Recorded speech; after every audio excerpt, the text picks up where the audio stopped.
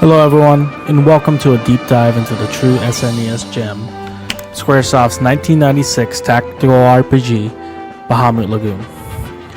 For years, the game remained a mystery to Western players, but today we're going to explore its unique blend of strategy, story, and dragons, comparing its original reception with how it holds up almost 30 years later. When I first started playing the game, it offered a charming, engaging initial impression, but as I delved deeper, a clearer picture emerged. It boasts some truly fantastic highs, and yet it's also weighed down by some frustrating lows. Bahamut Lagoon is widely celebrated for its visual presentation, especially considering it's a late SNES release. It features beautiful sprites with wonderful animations set against appealing backgrounds and environments. Many players agree it stands proudly alongside visually impressive SNES titles like Trials of Mana and Star Ocean. So Squaresoft was at the peak of its game during this period, and Bahamut Lagoon's visuals hold up remarkably well even today. From my perspective, the battle scenes were a major highlight. The pixel art and animations during the combat are truly exceptional, and a vibrant spectacle that easily rivals and in some ways surpasses some other games of that era. Moving into the overworld, the visual charm diminishes slightly. The pixel art here, while competent, doesn't quite reach the heights of other titles from 1996, feeling almost like a step down.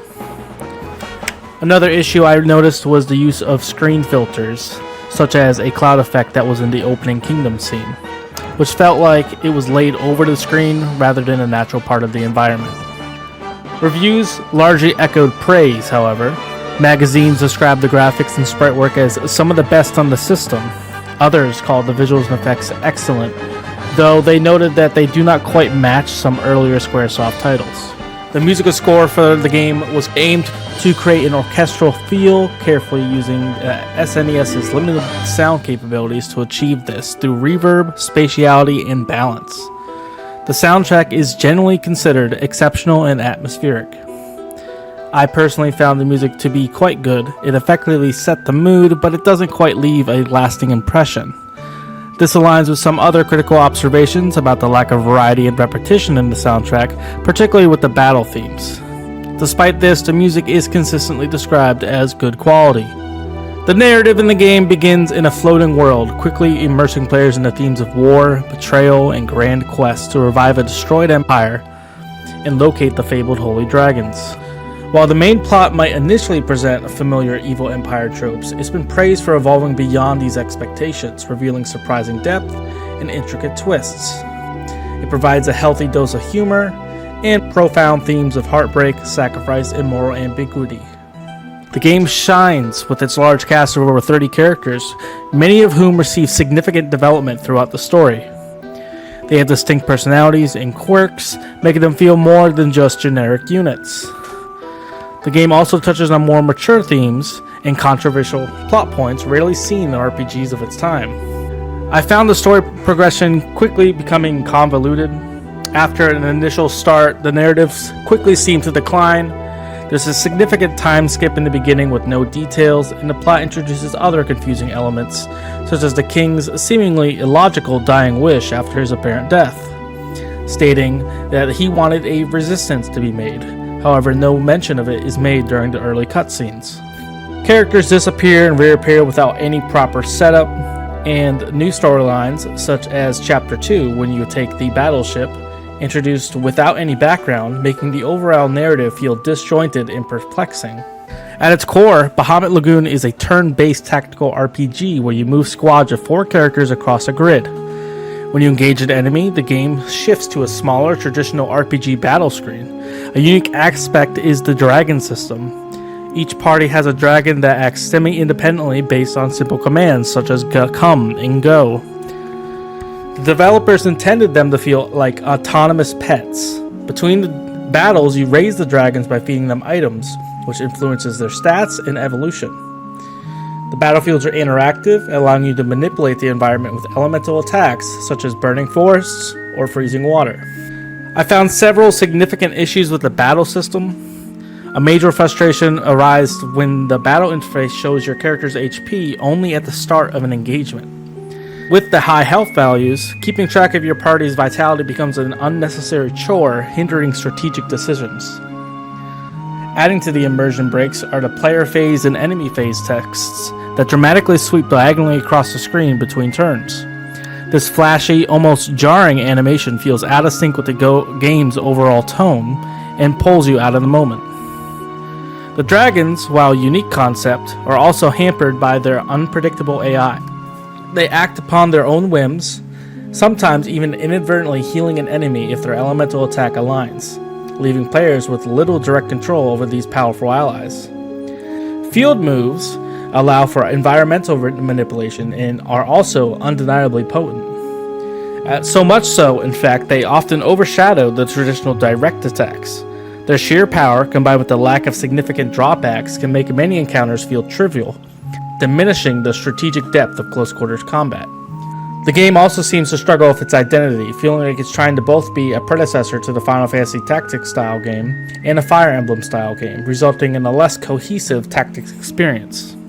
Upon its release in Japan in 1996, the game sold over 474,000 copies, making it the 17th best-selling game of the year and Square's third best-selling game after Super Mario RPG. Overall, Famitsu awarded it 29 out of 40 points. Other publications gave it high marks, some at 9 out of 10, and RPG Gamer at 8 out of 10. The graphics were universally praised. Some described it as the best on the system, and others called it phenomenal. Generally met with the praise for its depth and customization, the gameplay, especially the unique dragon-raising commanding mechanics, RPG Gamer found it unexpectedly high, while GameFan found it too easy. Basically, Shining Force with dragons. The story itself received mixed receptions. Edge praised the narrative for moving beyond its initial premise, lauded the cast as a blend of strengths seen in Chrono Trigger and Final Fantasy VI. Others acknowledged the use of overused genre tropes, but praised the story twists and the character evolution. Despite never officially leaving Japan, Bahamut Lagoon has developed a passionate cult following in the West. This transformation from an obscure title to a revered hidden treasure is largely due to the dedicated fan translations, which allowed non-Japanese speaking audiences to finally experience the game. The high quality of these fan efforts have been instrumental in shaping its positive retrospective opinions, leading to it recognized as one of Squaresoft's best games for the SNES.